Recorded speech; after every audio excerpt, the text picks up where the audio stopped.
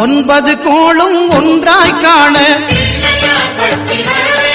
அங்கு கற்பகம் என்னும் கடவுளின் மெய்யில் 9 கோளும் ஒன்றாய் காண அங்கு கற்பகம் என்னும் கடவுளின் மெய்யில் சூரியன் முதலாய் 9 கிரகமும் பலவித குணங்களை கொண்டிருக்கும் எங்கள் கற்பக கருவி